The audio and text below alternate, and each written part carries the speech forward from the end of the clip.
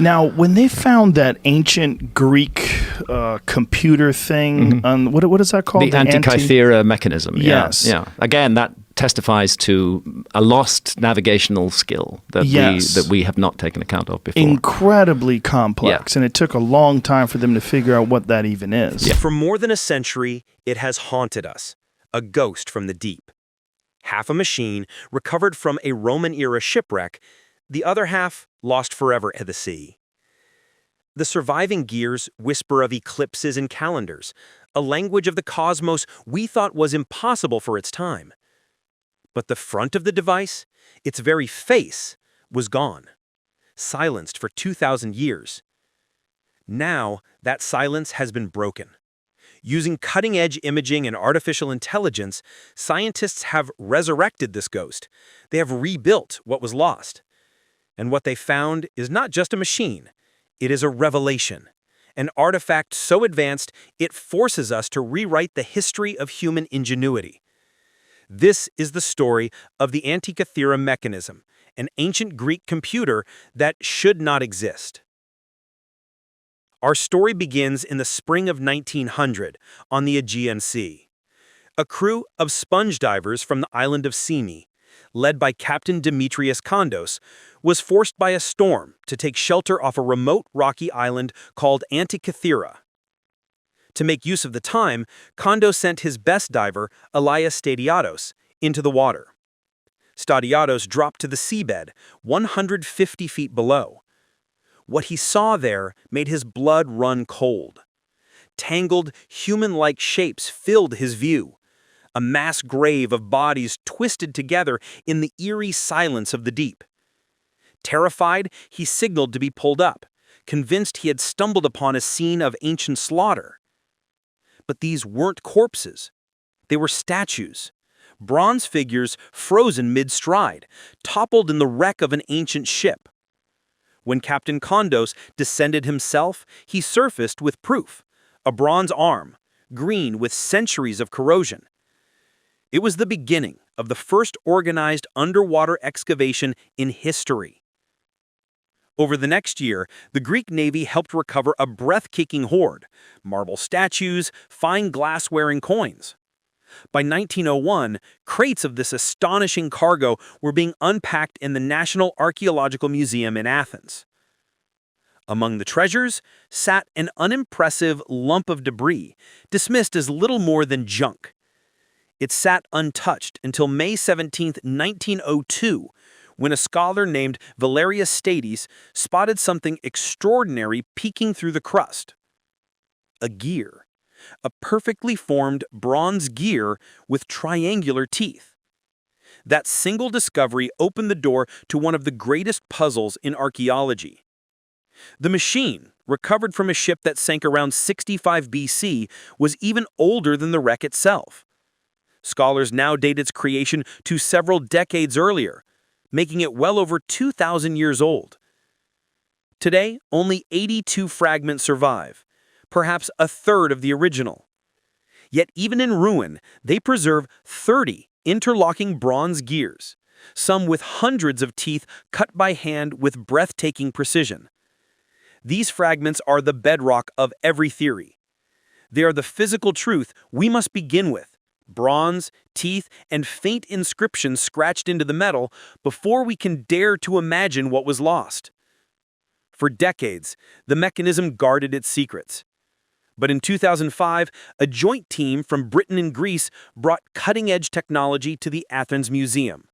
A 12-ton computated tomography scanner, nicknamed the Blade Runner, blasted high-energy X-rays through the bronze, creating a 3D map of its hidden interior.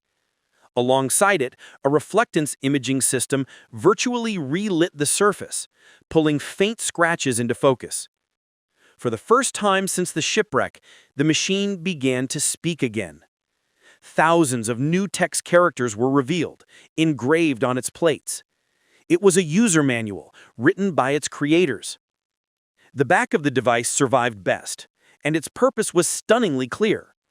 The upper spiral dial tracked the 19-year Metonic cycle, the celestial rhythm that kept Greek calendars aligned with the seasons. The lower spiral dial tracked the 2230-month Saros cycle, a pattern famous for predicting eclipses. Nested within were dials for correcting long-term accuracy and even a 4-year tracker for the Pan-Hellenic Games, including the Olympics. This was no guesswork. It was all inscribed in the bronze.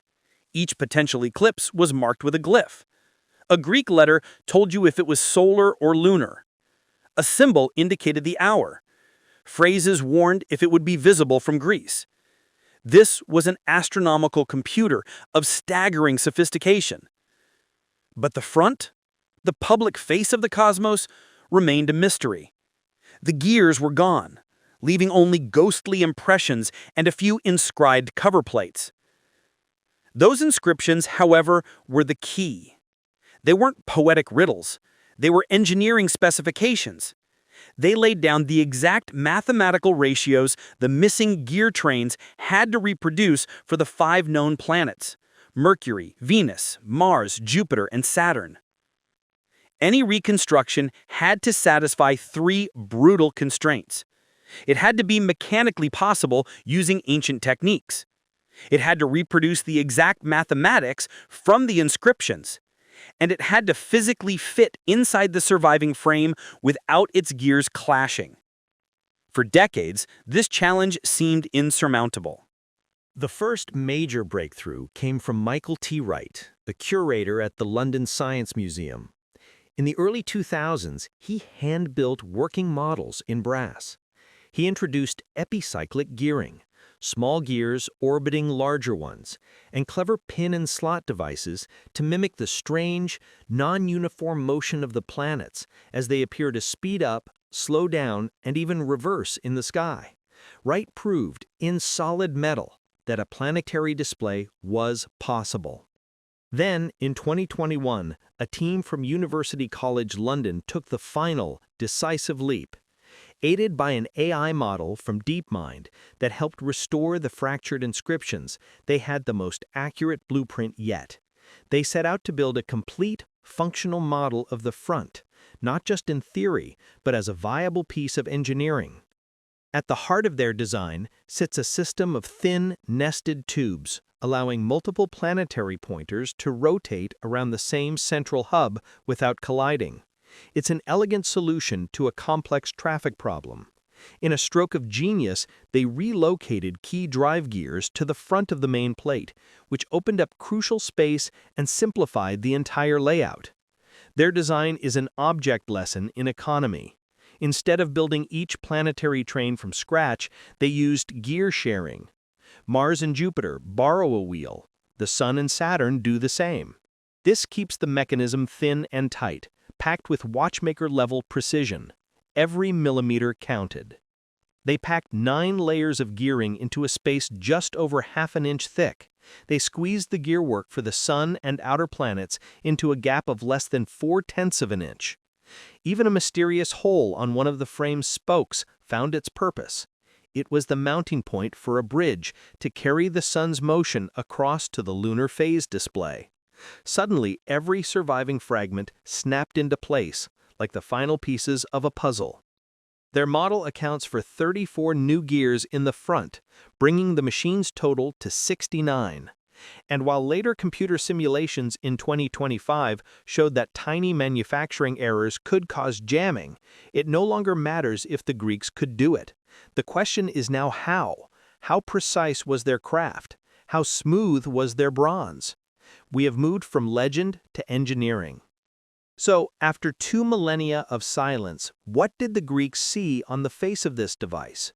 What was the cosmos they built in bronze? At the very center, a small dome representing Earth.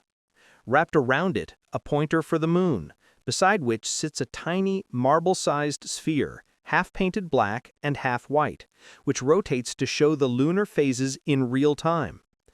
Beyond it, not a clutter of hands, but 6 concentric rings, each carrying a bead representing one of the celestial bodies: Mercury, Venus, the Sun, Mars, Jupiter, and Saturn.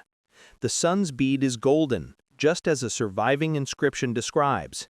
The zodiac and the days of the year formed fixed circles on the outside. To use it, you would simply turn a handle. As you dial to a future date, the cosmos comes alive. The sun's golden bead glides into a new season. The moon's pointer tracks its path through the constellations, while its sphere shows its changing phase. The planets move on their rings, each hitting markers that signal key events, conjunctions, when they disappear in the sun's glare, oppositions, when they shine brightest at midnight, and the stations, where they appear to pause and reverse their course. Sweeping over them all is a long, serpent-like pointer, the dragon hand. It tracks the invisible nodes where the moon's orbit crosses the sun's path. When this hand aligns with the sun and moon, the machine signals an eclipse season. The dragon, in ancient myth, was about to swallow the sun or moon. Here, it is predicted in bronze. In one glance, you could see the entire sky, past, present, and future. It was a portable cosmos, a mechanical philosopher, and the most sophisticated piece of technology known in the ancient world. The Antikythera mechanism is more than just an ancient computer. It is a testament to a lost legacy of scientific genius. It proves that our timeline of technological progress is not a simple, straight line. There were peaks of brilliance that were lost to history, only to be reinvented 1,000 years later. This single object, rescued by chance from the bottom of the sea, has forever changed our perception of the ancient world. It is a ghost that has finally spoken, reminding us that history is still full of secrets, waiting in the darkness for the light of discovery. And it leaves us with one haunting question. If this is what we've found, what else is still out there, buried beneath the waves and the sand?